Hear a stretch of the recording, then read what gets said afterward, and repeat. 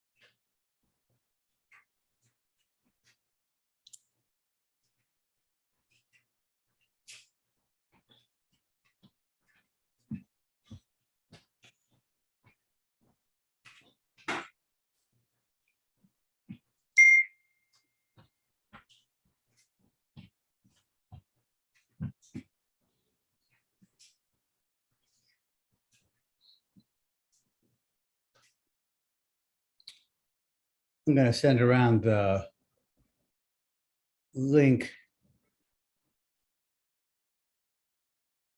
just so that anybody doesn't have it handy.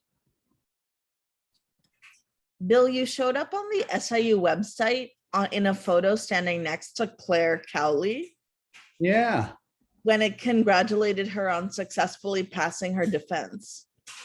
yeah, that was last week. You're taller in the photo than I thought you were. I thought you were short. Well, I used to be 5'10 3/4, and now I measure more like 5'9" because when you get older, you shrink. I see. Maybe she's shorter than I thought. Because you were substantially taller than her. Yeah. How tall are you? I'm 5'5". Yeah, I guess I got you too. Here, let me, I have a question for you before we begin. shoot. When lawyers become law professors, can they work at law firms like freelance to make extra money? Well, Like of counsel or something? yeah, I think so. And they can also just have,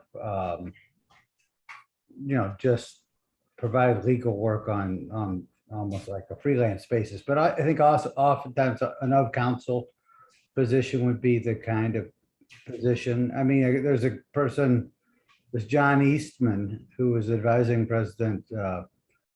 former President Trump, is a good example. I mean, so he was he was a law professor, but he was also providing advice concerning the elections. Of course, he may I'm have, interested in doing that so that I'm not poor. well, yeah, that's a good idea. We don't want you to be poor. Um, But yeah, I mean, it's something, probably, you could try to work out once, you knew where you were teaching. I see. Um, I mean, it'd be hard. I think it would be just practically, it would be sort of hard to work that out. Work out a teaching job and an of counsel job at the same time. Oh, really? I mean, yeah, I mean, I My don't law know how- professors from my law school have done that. Like they were of counsel at big law firms to make money. Because I think being a law professor might not pay that well. well, I know a lot of people who are partners in law firms and who then teach a course or two at the local law school. Like I have a friend, Mark Sabelman, who represents a lot of media clients in St. Louis, and he also has from time to time taught courses at Washington University Law School. So, I see. I can see how you could, once you had a job in a law firm, either of counsel or as a, as a new lawyer or as a partner, it'd be easy to arrange to teach on an adjunct basis at the law school. Of course, you don't get very much money for that, I don't think. No. Adjunct teaching jobs are pretty low paying. I made $4,500 at the University of Denver every semester that I taught as an adjunct. That sounds about right. Yeah. So it's a way for universities to sort of, get somebody who really knows what they're talking about, but sort of cheap. And it's a way for a lawyer to do something that's less boring than their day-to-day work may be. If they're, so, okay, why don't we get started? I asked each of you I was gonna say, to, Elizabeth, have you ever seen the movie or heard of the movie Reversal of Fortune? I've heard of it. Who's in it? I don't remember what actors are all in it, but it's this like movie from the 90s about Alan Dershowitz. Oh, he's a law professor at Harvard, and he's really anal retentive and obnoxious. Yeah, and probably a pedophile. Like, oh, I don't know about 90% that. most likely. Allegedly. well, he was connected with Jeffrey Epstein. What's his name? Jeffrey Epstein. Yeah, and a lot of other people. Right. So pedophile as in terms of young underage women. Right. Yeah. Yeah. But there's a movie about him from the 90s, from before that was sort of a thing on people's radar, and people to some extent still saw him as like a civil rights lawyer. And it's about this case that he takes where this incredibly wealthy man allegedly murders his wife, and Epstein defends him. And they like taught, it's based on a book about him that I think maybe his son wrote or something like that. It's a very the director of it is really good, and the movie is like really, really interesting because it kind of shows like how Alan Dershowitz sees himself as this like civil rights crusader, but is like constantly compromising on like any sort of moral values to like, I don't know, maintain status basically. It's very weird. Yeah, so Alan Dershowitz, he has his background is, I mean, he had the reputation of being sort of an advocate of liberal causes many years ago, or even 20 years ago, I would say. But then he became sort of like a big advocate of the sort of ticking time bomb exception to torture laws. If the time bomb's ticking, you should be able to pull out people's fingernails, that kind of stuff. And then, of course, he was one of the lawyers who defended President Trump in the impeachment hearings, and he's become a favorite on legal commentator on Fox News. I mean, he's a super smart guy. I mean, I noticed, I don't think, I could be wrong about this, but I don't think he has been implicated in the many legal smart lawyers wrongdoing involving President Trump's election. I mean, you got people like Ted Cruz and senator from Missouri, and John Eastman, and Rudy Giuliani, and all of whom are sharp lawyers and who have themselves in a whole lot of trouble. Hard to believe that they didn't realize how far off base they were. But I don't think he has gotten himself into that pickle. Let's see. I said for today, I asked you all to read one of three books. Invisible For Man. next week. I think that's for week 11. Is this week 11? Well, I mean, you're welcome to come back with it, but when I sent the last email I sent out, I mean, I tried to combine 2 weeks. I combined the Chinese exclusion stuff and immigration issues and Korematsu together with then sort of the road to Brown, Plessy versus Ferguson and civil rights cases and up through like Shelley versus Kramer. But so that's how that was on the list. I always try to misunderstood that email too, because okay, I well, thought don't worry was, about like, it. prepping us to do it on week 11, like next week, and then we were just doing the Chinese Exclusion Act and immigration cases this week. Okay, well, don't worry about it. I mean, we'll start with that, and it's a shorter, as I told some other folks, it's a shorter than usual class because I have to be at a search committee meeting for a new photojournalism professor at 11 o'clock. So I'm going to want to cut off a little bit before 11 o'clock to do that, since I'm the chairman. Bill, you should advocate for them to teach classes on how to use your iPhone for photography. They already do that. Do they? For undergrads or for grad students? So who does that, Jason? They've been teaching it for a few semesters now. I know Julia Rendelman taught at least one or two of them. And I believe, if I'm not mistaken, Julia's the person that they're interviewing for, at least one of the people that they're interviewing for a new photojournalism professor position. You're not mistaken. You're not mistaken, because that's the person who's going to be in this 11 o'clock meeting that I'm in. Yeah, she has been. Did you have a chance to be involved in asking her any questions, Jason? For some reason, I thought we were supposed to, some of us from the DE were supposed to be at that meeting today too, but I don't know. Well, maybe that is possible. I mean, there was so like Ori and a bunch of other DE people who are actually in the office were in a meeting with Julia on, what days? Earlier this week. And, I guess they just didn't do it on Zoom. okay, but if you have a link to that, I think today I think that, you know what, let me check this, because I should find this link anyway. I think today is the faculty, but it may be faculty and still some more students. Let me just find it. I think you're right. It's probably just faculty, and they just did the DE group meeting in person as opposed to like on Zoom or on hybrid. Okay, let's see, CV letter and schedule. CV letter schedule.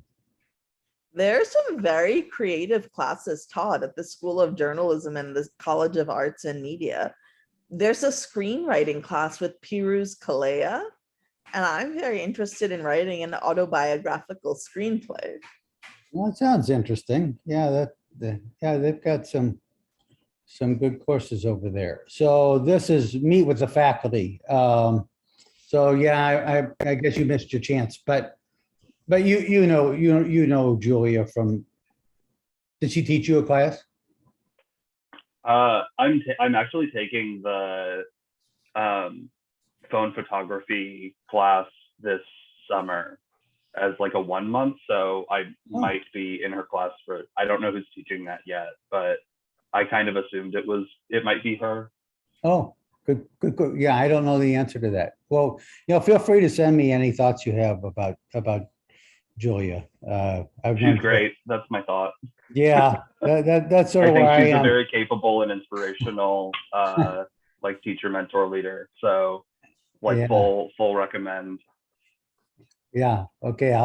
I will pass that along, and it's certainly where I am. I've known Julia for more than 10 years, and since she was a student at SIU, and and she's one person who really she actually wants to live in Southern Illinois and live there for the rest of her life and raise her family there. The Rendlemans are sort of a big family in Southern Illinois, and she's very sharp. Yeah, I see their name pop up a lot. Yeah. Okay, so back to today. Did anyone read a book for today? I know Lauren may have. Did you, Lauren? I did not. Oh, okay. Did you send me a note saying you were going to read Invisible Man? That was me. Oh, that was you, Kayla. I'm sorry, Kayla. That's okay. Did you get a chance to do it? Yeah, I finished it. All right, boy. I should give her a triple A+ for that, right? Can you? Why don't you talk a little bit about it, and then we'll go to Chinese exclusion, and we'll get started on Plessy versus Ferguson and stuff, because there are connections between Plessy and Chinese exclusion. They actually the cases refer to one another. So Kayla, just tell us a little bit about what did you think about the book? This is actually my second time reading it. The last time I read it was in high school, so it was interesting to look back at it and get a different thought process on it. So how was it different now than then? Well, for me, I think it was I think it had different themes, because I had a weird English teacher, and when I asked her what the book was about, she told me it was a coming of age story. So it was kind of surprising when I first read, I'm just this is far from that. But I guess a kind of coming of age story. I guess. Yeah. I was wait a minute. But I think from high school, I learned more about color blindness, to not seeing a person as a color, and I felt like he went through that a couple of times when people just ignored him, and just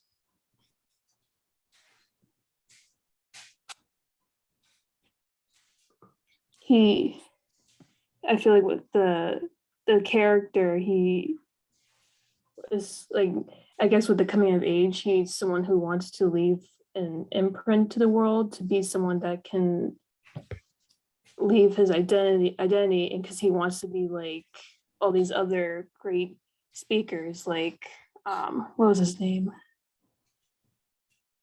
Booker Washington. Mm-hmm.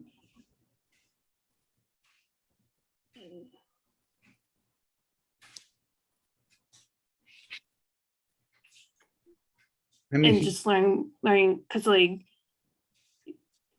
towards the end there was that riot, so I was able to like, with everything that we've read, I realized like even in this book everything just led to violence and starting a riot because of the death of the narrator's friend Clifton.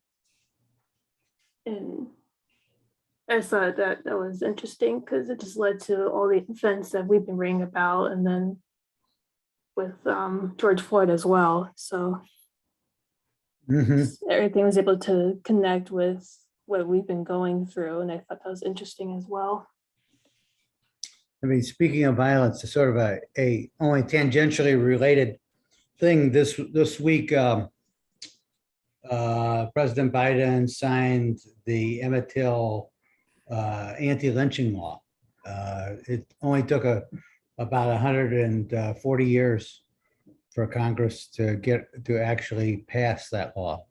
Believe it or not, the House of Representatives, with a Missouri representative in the lead, passed the law back around the time of the East St. Louis lynchings in 1916 and 16 or 17, I always forget. And it passed the House, but couldn't pass the Senate, like a lot of other civil rights legislation. The Southerners filibustered it many years, and it only finally passed the Senate after Senator Paul decided that got some changes that he thought were needed to make clear that lynchings had to be, either death or very serious injury to be covered by the federal law.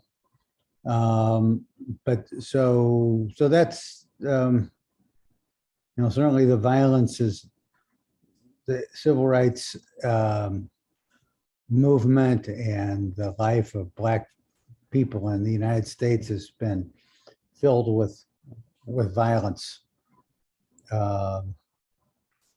mostly as victims throughout the years since 1619. I mean, that case we just talked about a couple of weeks ago involving the sort of election riot in, I think it was Louisiana, where hundreds of newly freed and enfranchised Black people were killed by whites. It was a shocking example. Other thoughts, Kayla?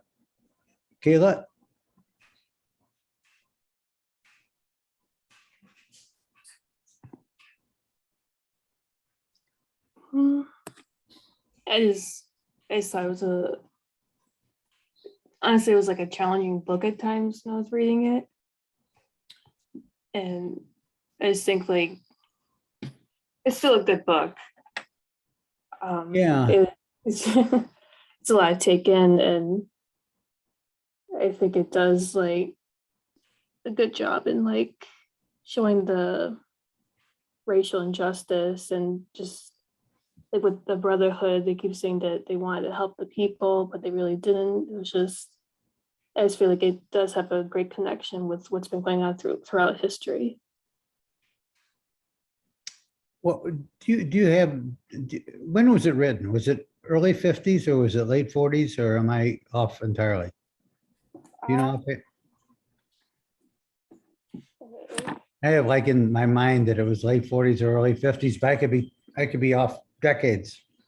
I think it was early 50s. Let me check.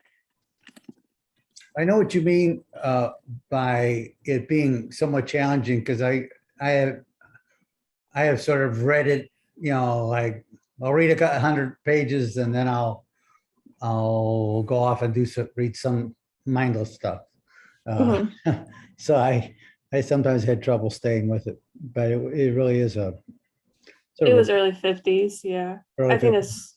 that's because like I said with the riots that happened at the end because of the shooting of Clifton, I was just like that happened in like 2020. So it's just like that saying of like history repeating itself, and that Yeah. you see stuff like that, and it's just like this book was made in the 50s. That's I mean, you all are too young to remember this from your lives, but I mean, you may have studied about it, but I mean, so the Civil Rights Act was passed in 1964, but that certainly didn't, it's not like that suddenly fixed everything like some people would have you believe. And there were riots in major American cities in the summers of, I don't know, 60, 60. Well, let's see, there was the Kerner Commission report about the riots. And so it was in the late 60s. There were several summers where there were big riots, and the biggest were after Martin Luther King was assassinated in April of 1968. And there were, large parts of cities like Detroit and DC were looted or burned, and it was a real kind of uprising. So that and then there was Otto Kerner was the governor of Illinois, and he was appointed the head of a commission to study the cause of the riots. That came back with the unsurprising finding, but for its time, was a fairly dramatic finding. That America was two nations divided by race, and of course Otto Kerner then went on to be imprisoned for malfeasance and dishonesty in office. So even though he was sort of a hero at the time of the report, he later ended up in prison, like a number of other Illinois governors. Okay, so let's talk about the Chinese Exclusion Act. Does anyone want to present the case in the book?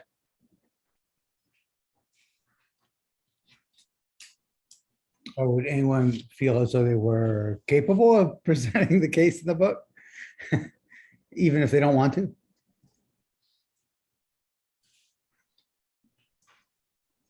So it's interesting that the Supreme Court opinion in this case. So what the facts of this case are. It appears as though from this case and some other things that I've read, it appears as though in the 1860s or so, there were some fairly forward-looking treaties between China and the United States that recognized that people would want to go back and forth from between these countries, for purposes of business or even our curiosity, even used the word curiosity. And so they were pretty benevolent, forward-looking things. But then this particular case involved this Chinese immigrant who went back to China on a visit with an official legal promise that he could return.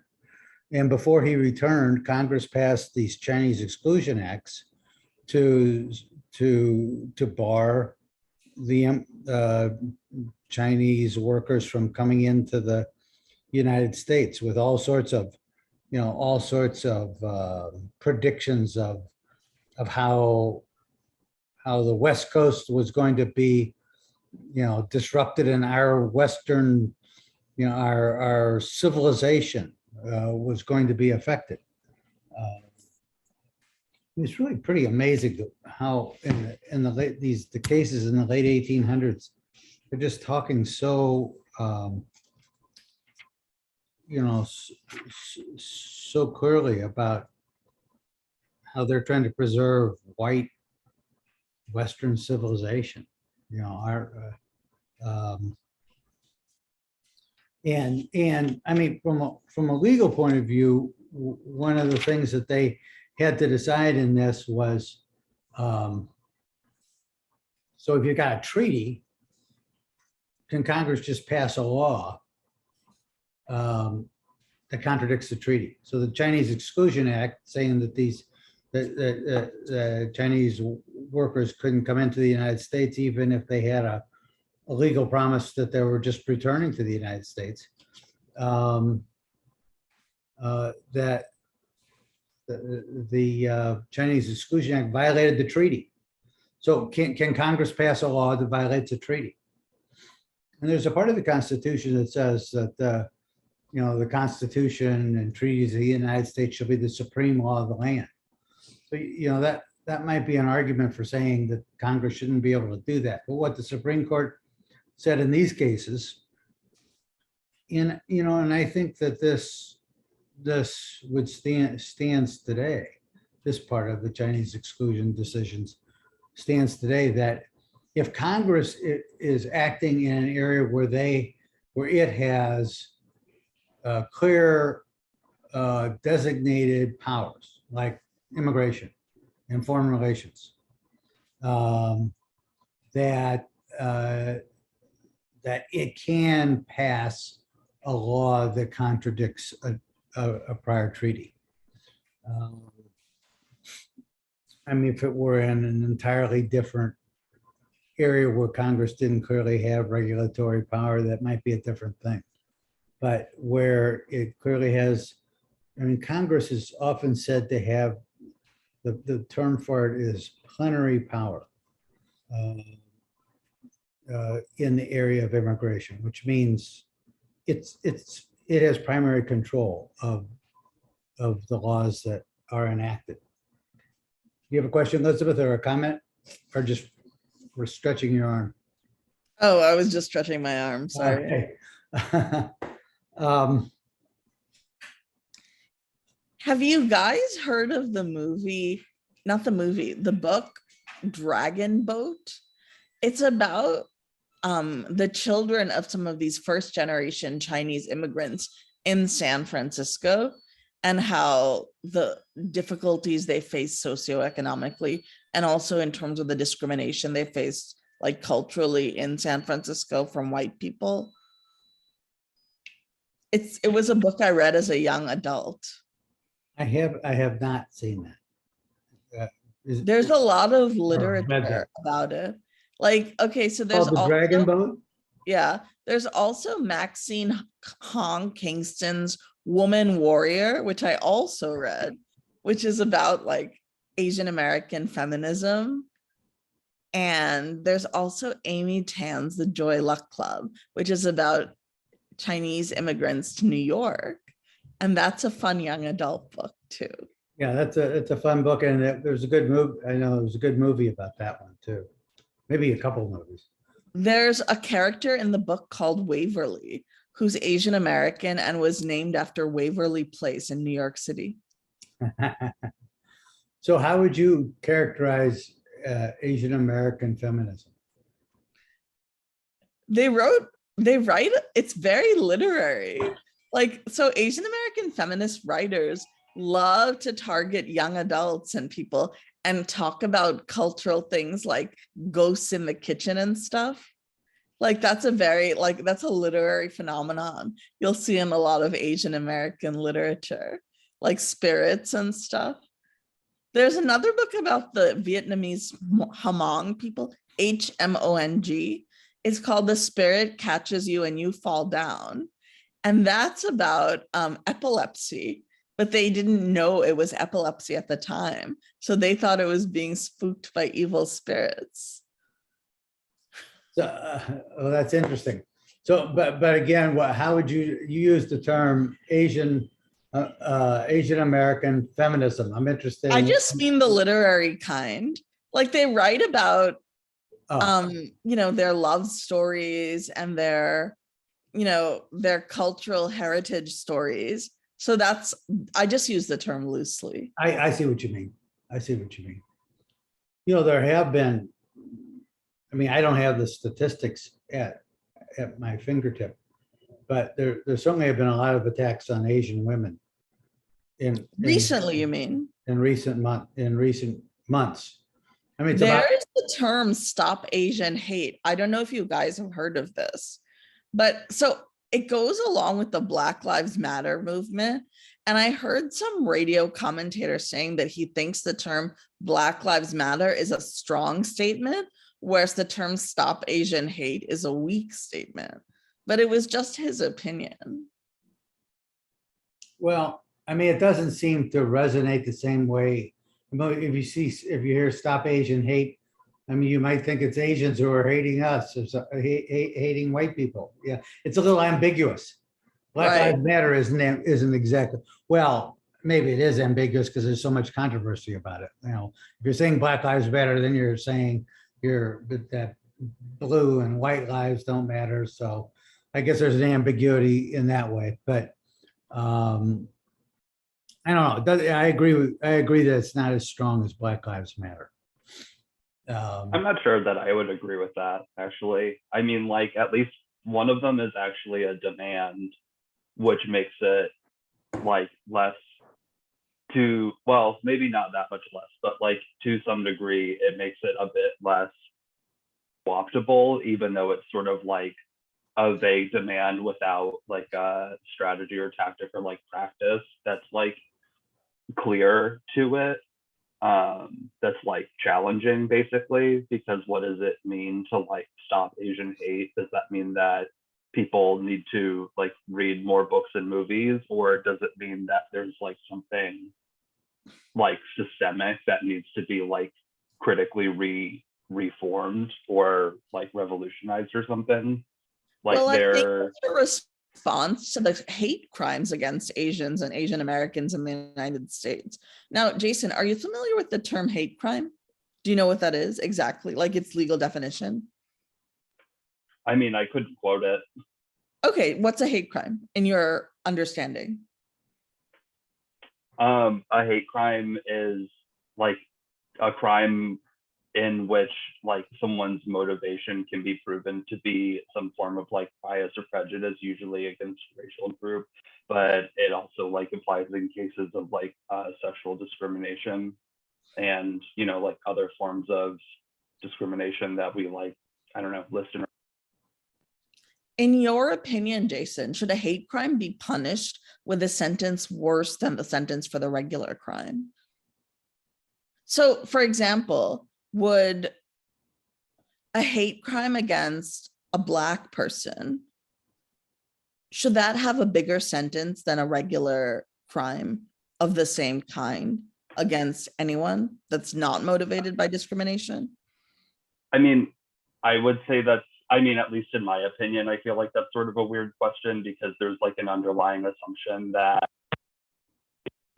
our legal and court system is set up as like a actually functionally good way to deal with like crime, violence, and harm in general, which isn't really an assumption that I agree with. I think our legal system's like pretty messed up as it goes. So many courts come with sentencing guidelines, Jason. So yeah, some states say that if a crime is motivated by some sort of bias, like against a protected class, like gays or African Americans or women or transgender people or whatever, then the bias crime should come with a worse sentence, and they add a few years on the sentencing guidelines for that. So what I'm trying to ask you is, do you think that's fair? Or should the crime just be punished like any other crime? I mean, I'm an abolitionist, so I don't believe that we should be like incarcerating people as a part of like a justice system in the first place. But I do think that crimes that are the clear result of like motivational bias need to be dealt with differently, because it clearly displays like a level of like socialization that needs to be like understood and dealt with in a way that like other sorts of crimes that include like crimes of opportunity, or crimes like what we would consider like crimes of opportunity, or consider crimes of like economic distress, like things like, you know, petty theft and things like that, don't really, the like motivations for those aren't so much like within the bounds of like normal socialization in the United States. They're more like factors of systemic inequality, like economic inequality. So I do agree that like there is like a level of difference that needs to be like addressed within the context of like rehabilitation, but I wouldn't agree with like a supposition that like the carceral system is the way to deal with this in the first place. So would you not put the policeman who murdered George Floyd in prison for 20 years or whatever? I mean, it makes sense in the context of the system that we have to incarcerate him, but I mean, like, that's not the system that I like would envision for a better society. I mean, like, you can't, like, I when people ask that sort of question, it's sort of like cherry picking like arguments about abolitionism. The like sort of like, what about this person? I mean, like, in the context of the system that we have right now, if police officers were treated equally under the law, then they would be in prison for their actions, yes. But like, I don't believe that the system as it exists is like appropriate to any sort of justice or rehabilitation. Like, putting that person in prison doesn't get justice for George Floyd. In answer to your Like, question, justice for his Elizabeth, family would have like encapsulate actual like restitution and like a completely different type of like socialization and resocialization process. I would say yes as an answer to your question, Elizabeth. I'm not an abolitionist, although I think the criminal justice system is used way too much. But I do think that a hate crime can deserve a longer sentence than, so, you know, like an attack for racial or sexual or gender reasons deserves a longer sentence than the same kind of assault that was not motivated by one of those reasons. By the way, that, you know, the Emmett lynching law that I was just talking about, I mean, it is actually an amendment. I mean, statutorily, it's an amendment to the federal hate crimes law. I mean, it says that lynching is a hate crime and can be punished under the federal hate crime statute. By the way, I shared the screen. Can you guys see that picture? So this is just putting together the Black Lives Matter slogan and Julia Rendelman, who we were talking about before. This is probably her most famous picture at this point. By the way, down in the lower left corner is Julia, if you haven't met her personally. And she took this picture and put it on her Instagram, I think, and went to bed, and you know, and it just blown up overnight. You know, the number of responses she got to this, you know, mostly favorable, but also some hateful. And I was in an interview with her yesterday it was our search committee interview with her. And I think what she said, I mean, one of the things she was saying is that she thought journalism students need to be taught more about finances and money and just the practicalities of being, you know, a freelance journalist or a freelance media maker. And I think she said that she doesn't own the rights to this picture. She doesn't have the copyright. And I guess the Richmond Times Dispatch does, based upon what we're reading here. And I think she said that she accidentally was copied in on an email in which she saw that this picture, or maybe the rights to this picture, were being sold for $250,000. So a class on how to maintain the rights to your creative work. That certainly would seem like maybe something we should be doing in the School of Journalism. But this is a stunning picture. Julie also she is now a member of the board of the organization that, sponsors these young Black and brown ballerinas, and, sort of an example of how she gets involved in her community.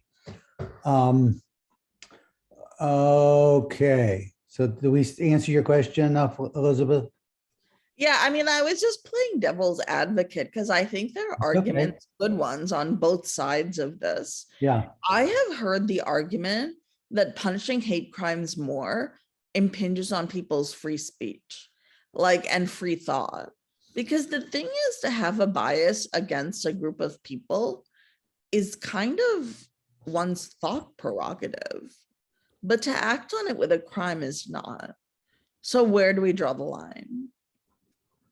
Right. There was when I was still, this is enough years ago that this is when I was covering the Supreme Court. There's a case called Wisconsin versus Mitchell. Well, it must have been, it's 1993. So I guess it was right after I came back to St. Louis. And the Supreme Court decided in that case that enhanced penalties for racially motivated crimes do not violate First Amendment rights. But so, I mean, Was there a dissent? I think that there was. Let me see here. So that would be the other side's argument, the dissent. Yeah. So I mean, that verifies what you're saying, that there is a First Amendment.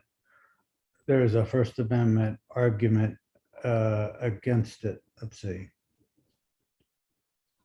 Blah, blah, blah, blah, blah.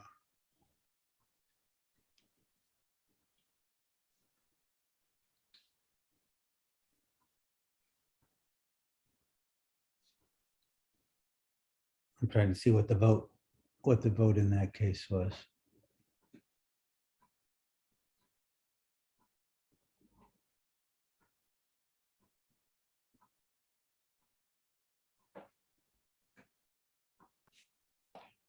My internet is being blocky. Maybe I got too much going here. Oh, here we go.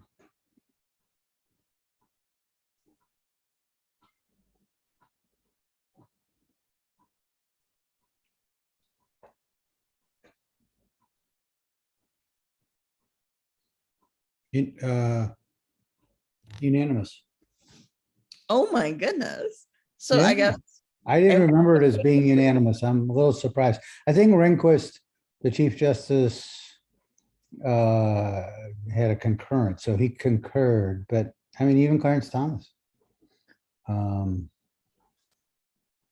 the way, Clarence Thomas is really pretty interesting, and his wife, Ginny, they're certainly in the news these days. But I guess it really doesn't relate to equal rights, just January 6th. But as we were saying a minute ago, there have been quite a few crimes involving Asian American women. There were those horrible, that horrible killing of Asian American women in Atlanta about a year ago. And at a spa, right? yes, yeah, at some spas. And then there was a woman pushed off a subway platform in New York City about 2 months ago or something. By a homeless guy. By a homeless guy, right? So, but back to the Chinese exclusion case. I really wish that they would make this book wasn't so big. I was trying to read it in bed last night, and it is really hard to hold on your lap and with a pencil in one hand and anyway. It's also hard to not fall Do you asleep. ever just read on the computer? Because they have it for free on archive.org. On archive.org, what is archive.org? It's basically an online library website, but they do they archive. They have partnerships with lots of other libraries, but they have a massive archive of books, audio, video files, all kinds of stuff, database stuff. Yeah, I do but- read a lot of court decisions on online, but I mean, mostly online, like Supreme Court decisions, but I still use sort of case books sometimes in teaching the courses because they can say, the case books. Of course, you're saying the case book is online, so that would be a more convenient way to do it. Anyway, so I just thought some of the language in this, I mean, just the overt, a limitation on the immigrant. This is from Justice Fields, I guess a majority opinion, and this is an 1889 case. A limitation on the immigration of certain classes from China was essential to the peace of the community on the Pacific coast and possibly to the preservation of our civilization. He says that Chinese Americans remain strangers in the land, residing apart by themselves and adhering to customs and usages of their own country. It seems impossible for them to assimilate with our people or to make a change in their habits or modes of living. As they grew in numbers, the people on the coast saw or believed they saw in the facility of immigration and in the crowded millions of China, where population presses upon the means of subsistence, great danger that at no distant day, in other words, soon, that a portion of our country would be overrun by them unless prompt action was taken to restrict their immigration. The people there accordingly petitioned earnestly for protective legislation against the approaching the character of an Oriental invasion. So One of the things that I find really interesting about especially that language, like the language in there, is that the way that they portray Chinese immigrants as sort of especially in, they're coming to the West Coast most often, but the way they're portrayed, this is portrayed both at the time, but also when we do history classes and stuff like that, as sort of a new phenomenon that's only suddenly coming up in the 1870s and 80s, when there have been Chinese immigrants in that part of the United States since at least 1781, if not earlier, since literally before the founding of this country. And then the text of these cases is oh no, this invasion of people that are totally not already here. By the time we make California a territory and then a state, they have been there longer than we have by a really significant margin. And by the time the Exclusion Acts come up, Chinese people make up the one of the significant sort of majority minorities of the population there, with the Chicano Mexicano people. White people are far and away the least, the smallest group of the smallest ethnic group in the area until they start annexing pieces of the territory and forcibly removing people. I don't know. yeah, no, you're right. It's interesting and sort of following up on that. It's interesting some of the sort of history as told by the Supreme Court, which is obviously not always a very accurate history, is that basically the Chinese came like everybody else did to California to get gold. And and the people in California, you know, in the gold rush of 1848, and that you know, the people of California, as long as the Chinese were just being industrious and being good, you know, good in laundries and good house servants, that was great. And built the railways. I mean, there were a lot of Chinese workers who were involved in building the railways in this period of time. I think including the Transcontinental Railway. I think that the, you Pretty know, much the entire western portion of the Transcontinental Railroad was built by like Chinese and Mexicano laborers. right. And under terrible, horrible working conditions. So that's, you know, that's one of the, you know, I went to Stanford, and that's how Leland Stanford Sr.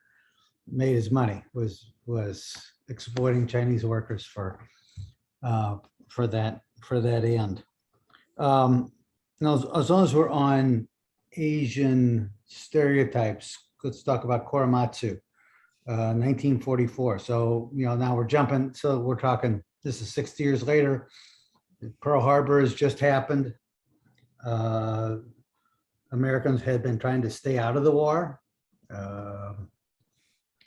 And out of World War II, you know, Churchill was pleading with the United States to join.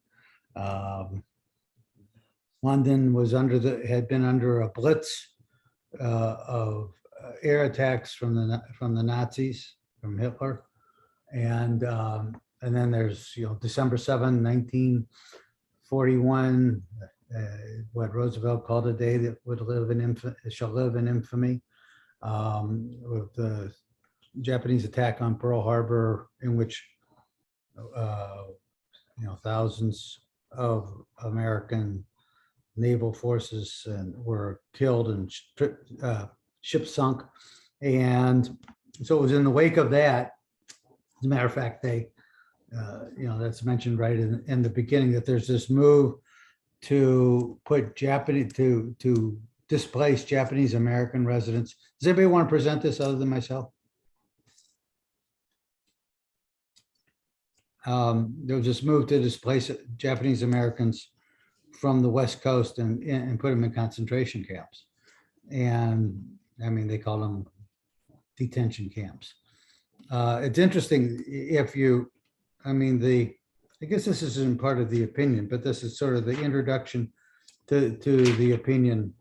You know, they talk about Earl Warren, who only exactly 10 years later writes Brown versus Board of Education, this, you know, landmark liberal Supreme Court decision ending separate but equal, ending legal segregation. So 10 years earlier, he was you know, he was the one who approved of the detention camps. He said it was the Japanese Americans had to be considered to be a potential fifth column. I mean, people on the West Coast were really worried that, you know, there were like air raid, you know, there were blackouts and air raid drills, even though there was never a Japanese or a German plane that I don't think. I mean, I do think there were some aerial bombs that landed in Washington or Oregon from Japan, but you know, basically there really wasn't a threat of that kind, and the Japanese Americans weren't the kind of. Actually, the German Americans on the East Coast were more of a threat than were the Japanese Americans. Some German Americans blew up munitions plants on the East Coast. But so Earl Warren was part of this. Walter Lippmann, I mean, as communication students, you probably have read about Walter Lippmann. I mean, he is the most famous, maybe, journalism scholar of the 20th century. I think that's fair. I don't know. Marshall McLuhan's pretty big deal, but What about Paul Lazarsfeld? well, since I don't even know who that is, I couldn't say he was. I had to study him last semester in Cinzia Padavani's class. And He wrote about this concept called opinion leaders, about how ordinary folks influence their friends and associates into buying the stuff that they like and into reading the stuff that they like. Sounds important. I mean, I think Levin's sort of big work was called Public Opinion. I don't know that it was on opinion leaders, but you know, he is seen as sort of a big advocate of journalists who, you know, become expert in particular fields and write with authority and knowledge, as opposed to just sort of, you know, he said, she said. But I mean, his language, and he's referred to as the leading political journalist of the time. So he did actually write newspaper columns. He said nobody's And also is sort of like one of the early progenitors of like propaganda theory. Like the theory, which is to say like propaganda, the way we usually understand it as like, oh, like political posters and stuff, but like how like propaganda like functions, like how the media apparatus functions as like a propaganda machine, basically, and how like that outgrowth comes out of like World War I and World War II. Yeah, right. But he said in this context, nobody's constitutional rights include the right to reside and do business on a battlefield. You know, to say that the United States was a battlefield, I'm not, I don't really buy that. Another journalist, Westbrook Pegler, who I must say I'd never heard of, said the Japanese in California should be under armed guard to the last man and woman right now. And to hell with habeas corpus until the danger is over. Of course, you know, Lincoln himself suspended the writ of habeas corpus, but that there, America was a battlefield. And so it was a different kind of situation. Anyway, Executive Order 9066, promulgated in February 1942, so 2 months after Pearl Harbor.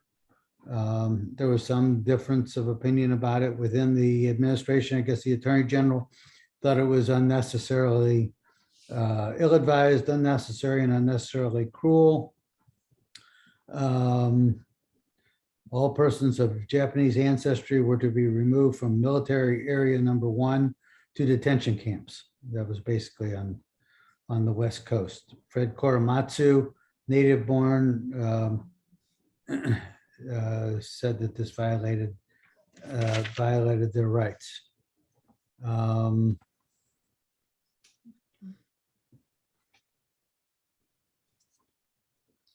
You know, one thing about Korematsu is, you know, those of you who have taken my First Amendment course, and I think most of you have, you remember we talk about different levels of constitutional review, rational basis, heightened scrutiny, strict scrutiny, you know, like sort of hurdles that laws have to get over to be constitutional, each having a harder test, a higher hurdle.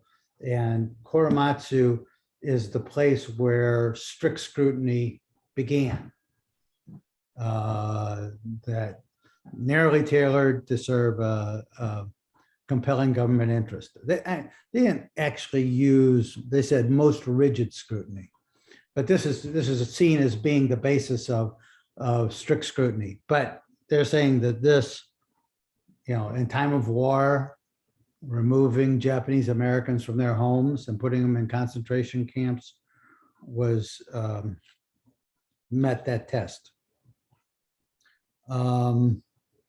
It is said that we are dealing here with a case of imprisonment of a citizen in a concentration camp solely because of his ancestry, without evidence or inquiry concerning his loyalty and good disposition towards the United States. Well, yeah, it does seem like that. To cast this case in outlines or racial prejudice without reference to the real military dangers which were presented merely confuses the issue. Korematsu was not excluded from the military area because of hostility to him or his race. he was excluded because we're at war with the Japanese Empire. I mean, that's just doublespeak. I mean, that's just ridiculous. Of course, he was excluded because of his race. Was Korematsu a citizen? Yes, all these people were citizens. We're talking about citizens. We're not talking about immigrants. We're talking about citizens. So, you know, and the Supreme Court recently, while upholding the Trump travel ban, said, well, you know, Korematsu bad. We were wrong way back then. Sorry. Okay, sorry we got that one wrong. I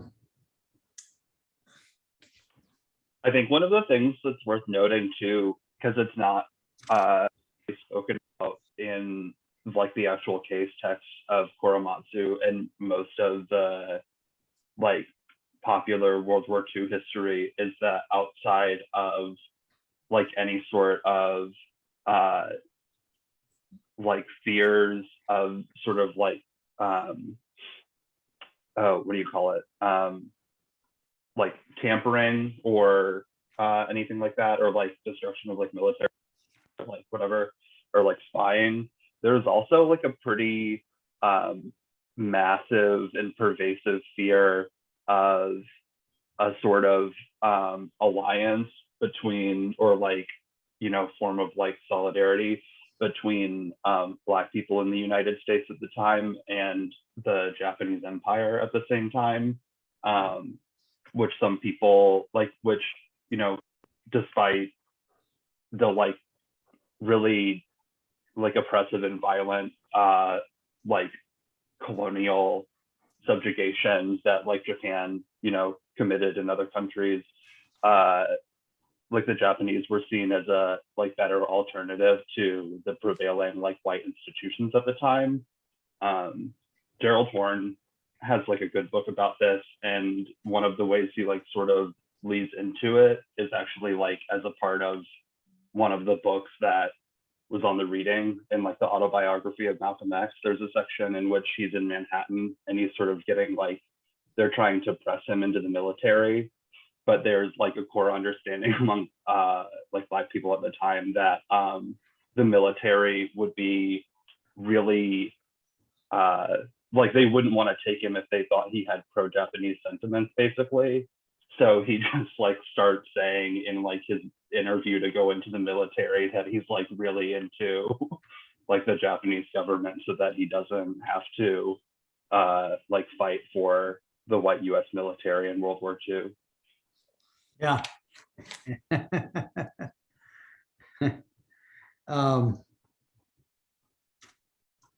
Any other thoughts about Korematsu or the Chinese exclusion cases before we deal with Plessy versus Ferguson and the civil rights cases? I guess like the only other thing that I'm sort of interested in, I feel like we often look at this, like the Korematsu case and the internments surrounding it, as sort of like an aberration in US history, like putting these people in concentration camps. And I think we look at, I mean, like during the Trump administration, we looked at like immigrant internment in the same way, even though it had been happening in pretty much every preceding administration and is still happening today. We look at like the Trump administration now and the Korematsu case as like, oh, like, how did this happen? It's like this weird thing that we did one time because we were scared, but like this type of like putting people in concentration camps is one of like the most consistent parts of like United States history. Like it was happening consistently through the cases, like with the one that we look at with Che Ping and with like Native Americans as we go across the West at that time. It continues to happen with immigrant internment following like the Chinese Exclusion Act and all the way up through Korematsu, and happens with immigrants like to this day. And it's even, I feel like looking at like even just the case text sort of like renders invisible the fact that this is something that's incredibly consistent by our like government and legal system, and like not just tolerated, but like advocated for consistently, and not something that's like a strange aberrational feature that comes up every so often. Well, I mean, it certainly comes up, especially in periods of time after, of great national fear, the after Pearl Harbor, similarly, one you didn't mention, after 9/11, Attorney General Ashcroft rounded up 5,000 Middle Eastern men who he didn't have any reason to believe were doing anything wrong, and locked them up for a period of time.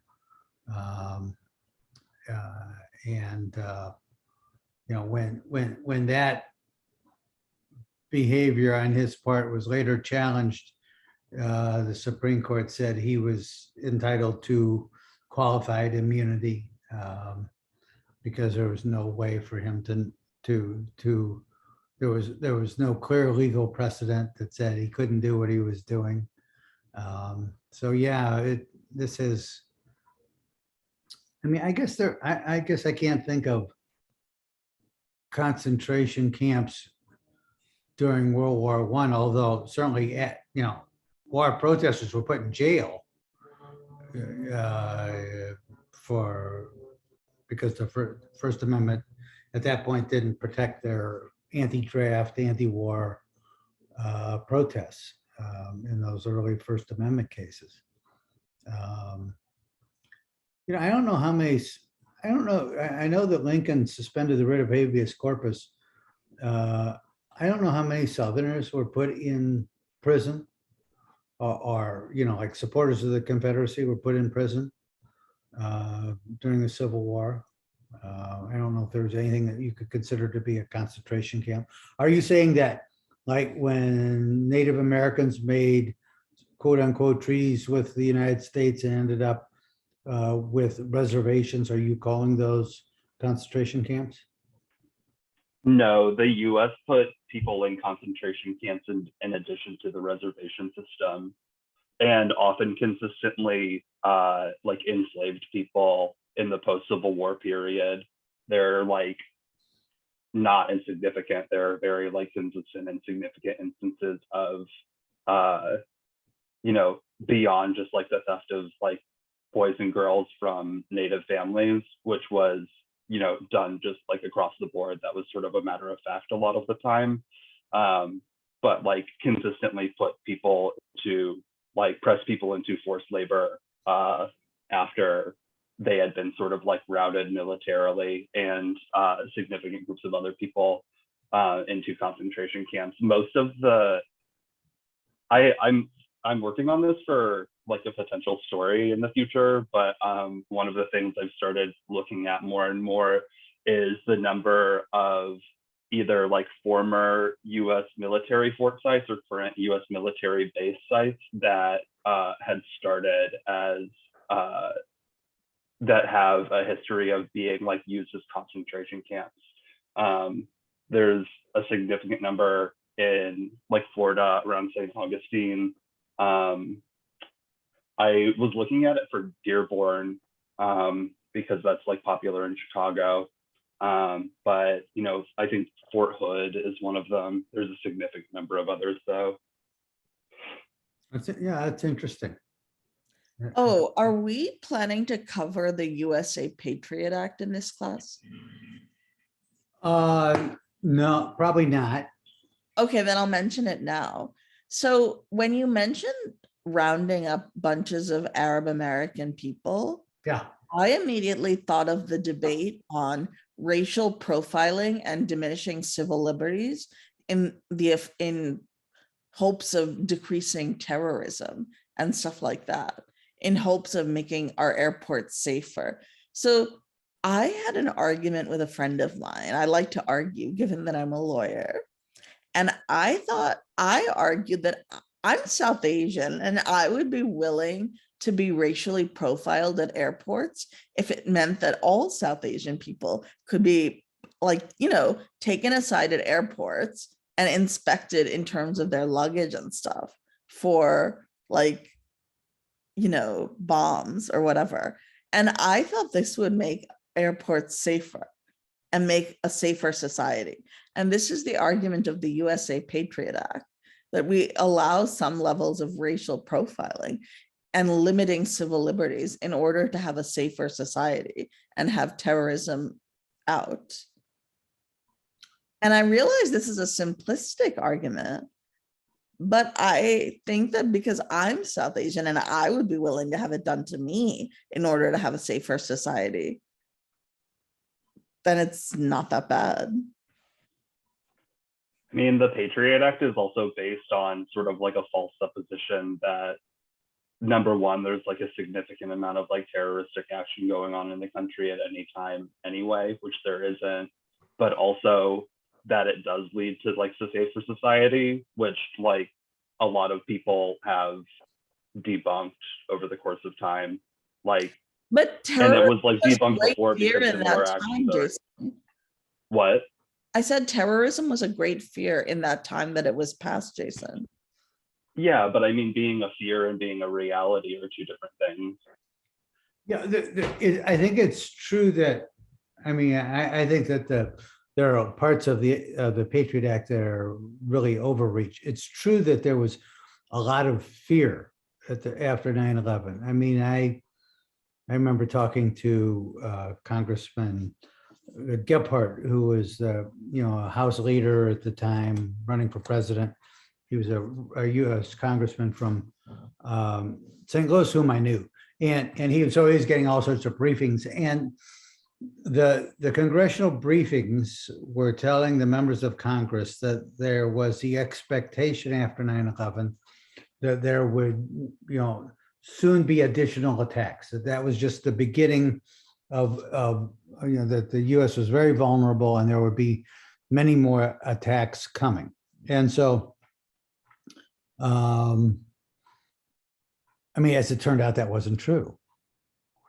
In general, there really hasn't been another, attack like Osama bin Laden's attack on 9/11. And but it's what they thought.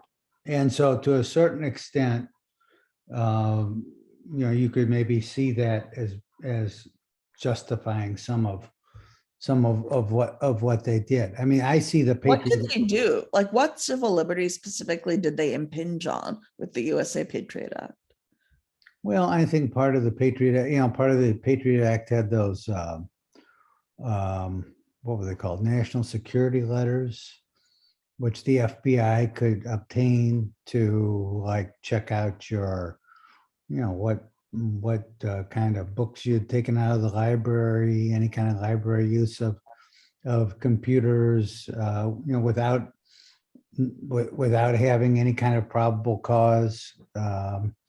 So I think that was an example. And there were, the Bush administration set up military tribunals to prosecute people who were captured from the battlefield area in Afghanistan and Iraq. And the Supreme Court found the way in which they set up those military tribunals was not constitutional. The Bush administration claimed that the Bush administration claimed that the Supreme Court couldn't even review that issue, that was totally within the president's war power. Also, Justice Department lawyers wrote opinions justifying enhanced interrogation, which was really just was torture, and saying that you only were violating the Geneva Conventions on War if the beating threatened to damage a major organ system. I mean, that's the way John Yoo, who's now at Berkeley as a law professor, that's what he said in his in his legal memo. So yeah, I think there was impingement on civil liberties. The Bush administration began wiretapping, intercepting the content of Americans' phone calls with people overseas, and without a warrant and without authorization. So the argument is that under during FISA. wartime, civil liberties are protected less than they are at peacetime. And although I disagree, I don't buy that, though. I mean, they certainly are. That is the practical matter, that civil liberties are violated more in wartime than peacetime. But I mean, a lot of these things had nothing to do with really making us safer. I mean, if you think about those World War I cases, involving people protesting, throwing leaflets off the top of a factory, or having anti-war leaflets, or the left-wing manifesto, or what that woman, Charlotte Whitney in California joining a leftist organization. I mean, none of that was any threat to the United States. That was ridiculous. And so it's in all of these emergencies. I might get cut Lincoln the slack, because we were talking about a civil war, where they were fighting within miles of Washington, D.C. So that is a different situation. But these other situations, Korematsu and the restrictions during the World War I and the post 9/11 activities of the Justice Department. Matter of fact, I wrote editorials about John Ashcroft's violation of civil liberties. That's what got me be a finalist for a Pulitzer Prize. Those are my biggest journalistic achievement, and so I feel pretty Can I push back on one point? strongly Just in about like that. a Sure, sort of yeah. from like a different angle. This isn't like meant to be like an argument in favor of like the repression of people's like privacy rights, or the right to associate and things like that. But in a lot of these cases, they might get like represented within like the context of like a war or something like that. But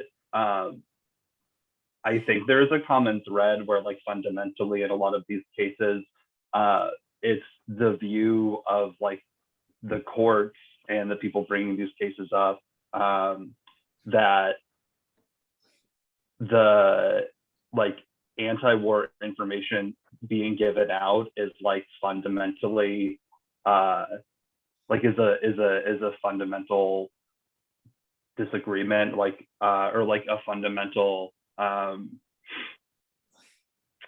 what's it called, like pushback against like what they consider the American project to be. And I think it's sometimes important to remember that that is like in fact the case in a lot of these cases. Like when people say like, oh, this is like against America, they do mean like a version of the American project as they see it, and the alternatives that people are being brought up on trial for like could like fundamentally change the United States in a way in which people like wouldn't recognize it as like the country that they live in, if that makes sense. Whether it's like popular opposition to like the liberal capital economic system that we have, or like changing the fundamentals of like the racial makeup of the country, or any of these, or like exerting control to like push back against like the military power that the US exerts on other countries. Like those things have up until this point been fundamental to the American project. So to like push back against in a way to like get rid of those would like fundamentally change the country in a way that these things, like these institutions, don't agree with. Well, I mean, one thing that happened, this isn't exactly what you're talking about, Jason, but one way in which the country did change, in my lifetime after 9/11, as a result of 9/11 was, Bush pushing for a war in Iraq, based upon the fear that grew out of 9/11. I mean, there was a lot less opposition in the public sphere, in news organizations and to the war in Iraq, because it was sold as we're going to make sure that we're going to keep America safe, and we're not going to have another 9/11. We're not going to have the first sign that Saddam Hussein has got weapons of mass destruction be a mushroom cloud over an American city, as the New York Times reported Condoleezza Rice saying. And that turned out to be the whole pitch, the whole Bush administration pitch of weapons of mass destruction connections between Al Qaeda and Osama bin Laden was false. And it wasn't scrutinized very well by the American press.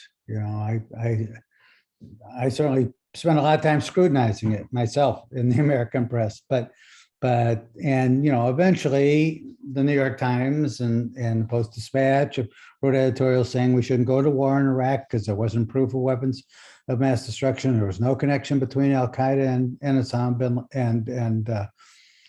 between Al Qaeda and Saddam Hussein. But the overflow of patriotism and fear after 9/11 led to the war in Iraq and Afghanistan and the 20 years that's followed.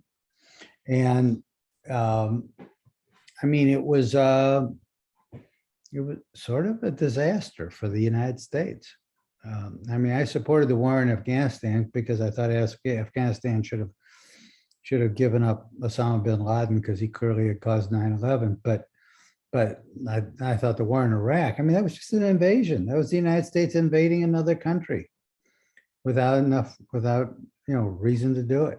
And so, I better stop here. So next time we're going to do Plessy versus Ferguson civil rights cases, Road to Brown, Shelley versus Kramer, St. Louis case involving restrictive covenants, Brown versus Board, and some of the school desegregation cases that followed all the way up to Clarence Thomas replacing Thurgood Marshall and reversing the Supreme Court's view on school desegregation and bringing down the curtain on court-ordered school desegregation. So we'll talk about that next week. And those of you who haven't read your book yet can make a little presentation on your book.